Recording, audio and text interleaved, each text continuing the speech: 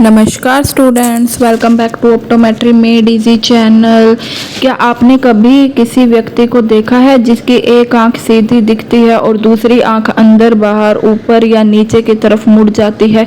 बहुत लोग इसे सिर्फ कॉस्मेटिक प्रॉब्लम समझते हैं, लेकिन सच ये है कि स्क्विंट या स्ट्रैबिस्मस बाइनोकुलर विजन स्ट्रोप्सिस और बच्चों के विजुअल डेवलपमेंट को गंभीर रूप से प्रभावित कर सकता है।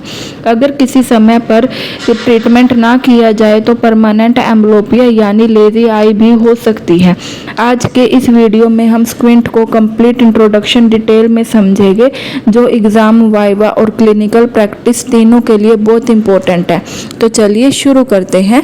स्क्विंट क्या होता है? स्क्विंट या स्ट्रैबिस्मस एक ऐसी कंडीशन है जिसमें दोनों आंखों की विजुअल एक्सिस एक ही ऑब्जेक्ट पर एक साथ फोकस नहीं करती। नॉर्मल कंडीशन में जब हम किसी ऑब्जेक्ट को देखते हैं तो दोनों आंख उसे टारगेट पर अलाइन होती है और ब्रेन दोनों इमेज को मिलाकर एक सिंगल इमेज बना देता है। लेकिन स्क्विंट में एक आंख टारगेट को देखती है जबकि दूसरी आंख किसी और डायरेक्शन में डाइवर्टेड हो जाती है। इसी मिस अलाइनमेंट को स्क्विंट या स्ट्रैबिस्मस कहा जाता है। नाउ नॉर्मल आई अलाइनमेंट को समझेंगे। सबसे पहले नॉर्मल बाइनोकुलर विजन को समझना जरूरी है। नॉर्मल कंडीशन में दोनों आंखें सेम टारगेट देखती है, इसी इमेज को कॉरस्पॉन्डिंग रेटिनल पॉइंट पर बनाती है। ब्रेन दोनों इमेज को फ्यूज करता है, हमें एक ही इमेज दिखाई देती है और डेप्थ परसेप्शन नॉर्मल रहता है। इसी प्रोसेस को बाइनोकुलर सिंगल विजन या बीएसवी कहा जाता है। स्क्विंट में क्या होता है? स्क्विंट में दोनों आंखों की अलाइनमेंट बिगड़ जाती है। इसके कारण इमेज अलग रेटिनल पॉइंट पर गिरती है, ब्रेन को दो अलग सिग्नल्स मिलते हैं, फ्यूजन डिस्टर्ब हो जाता है और डबल विजन हो सकती है, या ब्रेन एक इमेज को सप्रेस कर देता है। बच्चों में ब्रेन अक्सर डाइवर्टेड आई की इमेज को इग्नोर कर देता है, जिससे एम्ब्लोपिया डेवलप हो सकती है। स्क्विंट क्यों इम्पोर्टेंट है? स्क्विंट सिर्फ आंखों के टेढ़े होने का काम नहीं है। यह इम्पोर्टेंट है क्योंकि बाइनोकुलर विजन को इफेक्ट करता है, स्ट्रोप्सिस कम कर देता है, डेप्थ परसेप्शन खराब हो जाती है।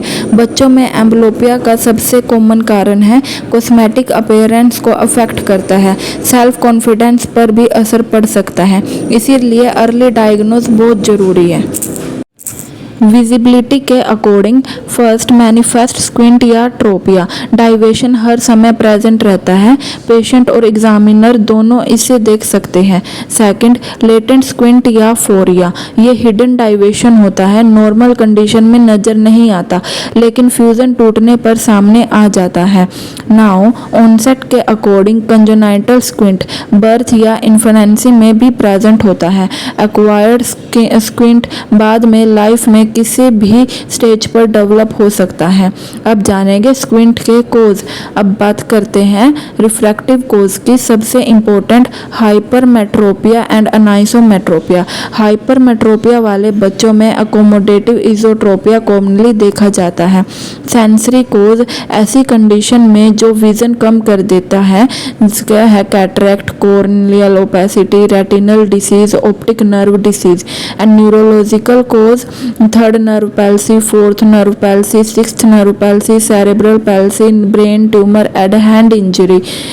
Now muscle causes, extra ocular muscle weakness हो जाती है, रिस्ट्रिक्टिव मसल डिसऑर्डर या thyroid eye disease. Genetic cause, family history होने पर स्क्विंट का रिस्क बढ़ जाता है।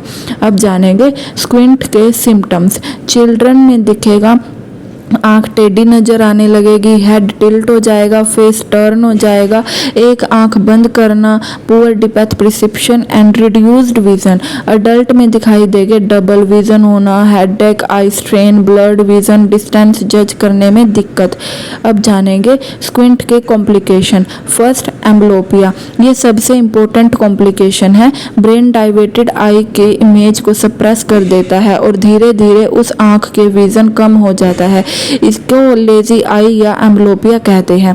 Second, suppression. Brain double vision से बचाने के लिए एक आंख की इमेज को इग्नोर कर देता है।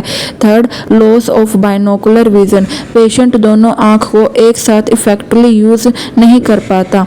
Fourth, loss of stereopsis, depth prescription कम हो जाता है, पेशेंट को डिस्टेंस जज करने में प्रॉब्लम आती है। Normal retinal correspondence, brain normal alignment के साथ एडजस्ट कर लेता है। इस एडप्शन को ARC कहते हैं। नाउ स्क्विंट की क्लिनिकल इवैल्यूएशन, डायग्नोज के लिए कुछ इंपॉर्टेंट टेस्ट यूज किए जाते हैं। First, Hirschberg test, corneal reflex की पोजीशन देखी जाती है। कवर टेस्ट, ये स्क्विंट डिटेक्ट करने का गोल्ड स्टैंडर्ड टेस्ट है। थर्ड, प्रिज्म टेस्ट, डाइवेशन को एग्जैक्ट मेजरमेंट करा जाता है। Fourth, Worth dot test, fusion और सप्रेशन इवेलुएट करते हैं। साइनेप्टोफोर बाइनोकुलर विजन असेसमेंट के लिए यूज होता है। स्ट्रोप्सिस टेस्ट, डेप्थ प्रिस्क्रिप्शन चेक करते हैं। अब जानेंगे अर्ली डिटेक्शन क्यों जरूरी है।